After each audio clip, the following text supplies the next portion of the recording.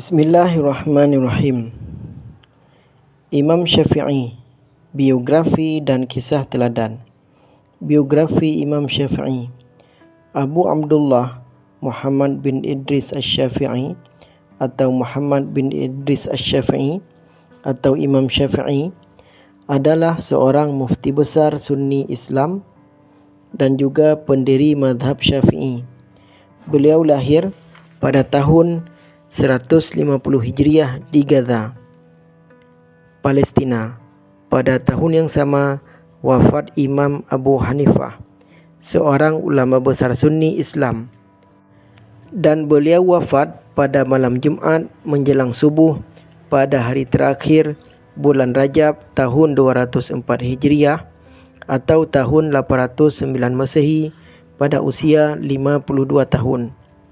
Beliau dinamai ayahnya Idris bin Abbas ketika mengetahui bahawa istrinya Fatimah Ad-Diyah sedang mengandung. Idris bin Abbas berkata, "Jika engkau melahirkan seorang putra, maka akan aku namakan Muhammad dan akan aku panggil dengan nama salah seorang kakeknya, yaitu Syafi'i bin Syaib."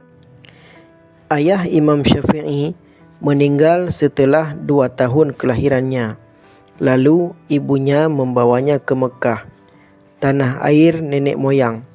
Sejak kecil beliau cepat menghafal syair, pandai bahasa Arab dan sastra sampai-sampai As-Sama'i berkata, "Saya mentashih syair-syair Bani Huzail dari seorang pemuda dari Quraisy yang disebut Muhammad bin Idris. Ia adalah imam bahasa Arab."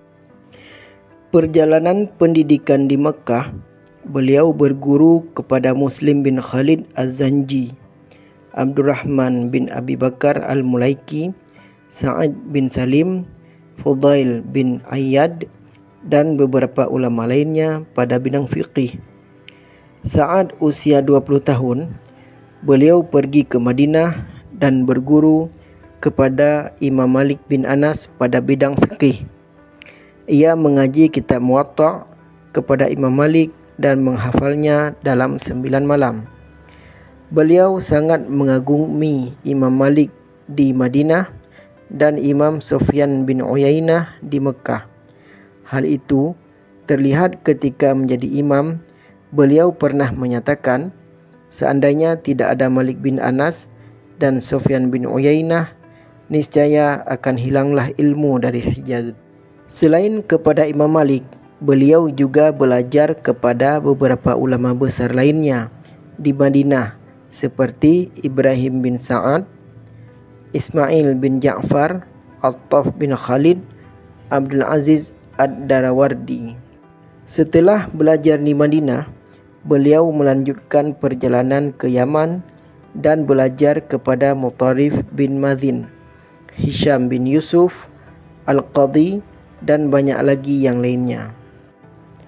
Kemudian beliau melanjutkan belajarnya kepada Muhammad bin Al-Hasan, seorang ahli fikih, Ismail bin Uyainah, dan Abdul Wahab As-Saqafi di negeri Iraq. Setelah itu beliau bertemu dengan Ahmad bin Hanbal di Mekah tahun 187 Hijriah dan di Baghdad tahun 15 Hijriah. Darinya beliau menimba ilmu fiqihnya, usul mazhabnya, penjelasan nasikh dan mansuhnya. Di Baghdad, Imam Syafi'i menulis perkataan lamanya Qaul Qadim di Mesir. Pada tahun 200 Hijriah, beliau menuliskan perkataan baru Qaul Al-Jadid. Kisah Imam Syafi'i yang perlu diteladani. 1. Tidak sewenang-wenang meskipun kepada murid. Suatu hari, Imam Syafi'i yang saat itu berada di Mesir memanggil seorang muridnya yang bernama Rabi' bin Sulaiman. Imam Syafi'i berkata, "Wahai Rabi', ini surahku. Pergilah dan sampaikan surah ini kepada Abu Abdillah, Imam Ahmad bin Hanbal. Sesampai di sana, kamu tunggu jawabannya dan sampaikan kepada." Setelah Rabi' menyampaikannya, Kemudian Imam Ahmad mencopot salah satu baju gamis yang menempel di tubuhnya dan memberikannya kepada Rabi'. Rabi' pun kembali ke Mesir dan segera menemui Imam Syafi'i dan memberikan surah balasan dari Imam Ahmad. Setelah itu Imam Syafi'i bertanya, "Apa yang diberikannya padamu?" Rabi' menjawab, "Ia memberikan baju gamisnya." Kemudian Imam Syafi'i berkata, "Aku bukan hendak menyusahkanmu dengan memintamu memberikan baju itu kepadaku. Namun, basuhlah baju itu, kemudian berikan air basuhannya padaku agar aku bisa bertabaruk dengannya." Imam Rabi' menjelaskan bila Imam Syafi'i menyimpan air tersebut dan menggunakannya untuk cuci muka setiap hari, hal ini menunjukkan bahawa hubungan guru dan murid ini tidak menghalangi untuk bertabaruk sebagai bentuk pengakuan akan kesalehan dan keilmuan seseorang. Mendamaikan perselisihan.